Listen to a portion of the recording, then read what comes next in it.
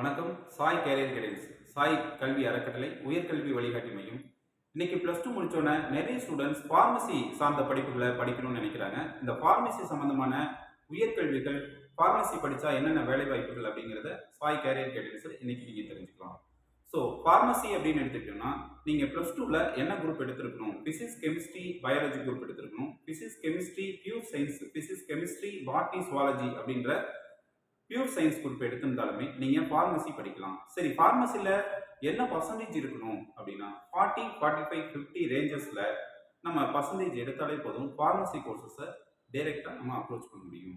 So அதில் என்னென்ன ஃபார்மசியில் என்னென்ன கோர்சஸ் இருக்குது அப்படின்னு பார்க்கும்பொழுது, diploma pharmacy DPharm, bachelor of pharmacy BPharm, doctor of pharmacy pharm D அப்படின்ற ஒரு 3 கோர்சஸ் இருக்குது. ஸோ இதில் யூஜி கோர்சஸில் நீங்கள் டிப்ளமோ படிக்கணும். ஸோ 2 இயர்ஸ்லேயே நீங்கள் மெடிக்கல் ஷாப் வைக்கணும், மெடிக்கல் சம்மந்தப்பட்ட துறைகளில் வேலை செய்யணும், ஒரு ஆராய்ச்சி நிறுவனங்களில் வேலை பார்க்கணும், ஒரு குவாலிட்டி கண்ட்ரோலாக நீங்கள் வேலை பார்க்குறதுக்கு டிஃபார்ம் படிக்கலாம். ஸோ மருத்துவத்துறையில் மெடிக்கல் ஷாப்புக்கும் மெடிக்கல் சார்ந்த துறைகளில் வேலை பார்த்துக்கலாம்.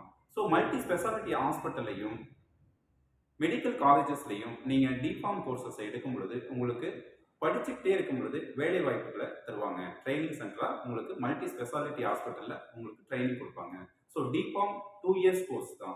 ஸோ டிஃபார்ம் முடிச்சதுக்கப்புறம் நீங்கள் பேச்சுலர் ஆஃப் ஃபார்மசி 4 இயர்ஸ் கோர்சஸை நீங்கள் படிக்க முடியும். ஸோ டிஃபார்ம் முடிச்சோன்னு படிக்கும் பொழுது லேட்டரல் என்ட்ரி மாதிரி டைரெக்டாக செகண்ட் இயரில் சேர்ந்து நீங்கள் படிக்கலாம்.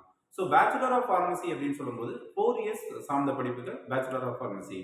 இந்த 4 இயர்ஸ் பார்த்தீங்கன்னா சேம் அதே physics, chemistry, biology, pure science படிச்சிருந்தாலே பேச்சுலர் ஆஃப் ஃபார்மசி படிக்க முடியும்.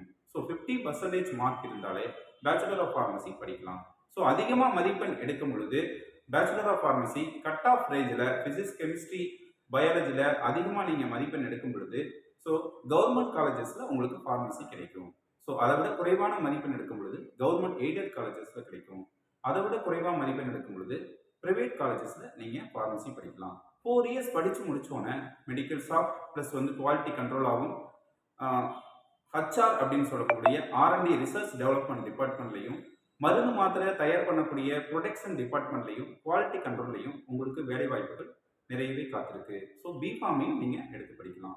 ஸோ டாக்டர் ஆஃப் ஃபார்மசின்னு சொல்லக்கூடிய ஃபார்ம் டி தொடர்ந்து ஒரே நேரத்தில் 6 இயர்ஸ் படிக்கக்கூடிய டாக்டர் ஆஃப் ஃபார்மசி இன்னைக்கு நிறைய ஸ்டூடெண்ட்ஸ் எடுத்து படிச்சுட்டு இருக்கக்கூடிய ஒரு இம்பார்ட்டன்ட் கோர்சஸ் அப்படின்னு சொல்லும்போது இது ஃபார்ம் டி அப்படின்னு சொல்லலாம். ஸோ இந்த ஃபார்ம் டி கோர்சஸ் படித்தா ஒரு ஆராய்ச்சி நிறுவனம் மாதிரி மருந்து மாத்திரை தயார் பண்ணக்கூடிய அந்த இடத்துல ஒரு சைனிங் அத்தாரிட்டியாக, ஒரு டாக்டராக, ஒரு ப்ரொடக்ஷன் டிபார்ட்மெண்ட்லையும், ஒரு ஹைஜெனிக் டிபார்ட்மெண்ட்லையும், R&D என்று சொல்லக்கூடிய ரிசர்ச் டெவலப்மெண்ட் டிபார்ட்மெண்ட்லையும் ஒரு மருந்து மாத்திரையை தயார் பண்ணுறதுக்கு முன்னாடியான அனைத்து அனுமதிகளையும் பெறக்கூடிய ஒரு ஆராய்ச்சியாளராக, ஒரு டாக்டராக நீங்கள் வரத்துக்கு அதிக வாய்ப்புகள் இருக்குது.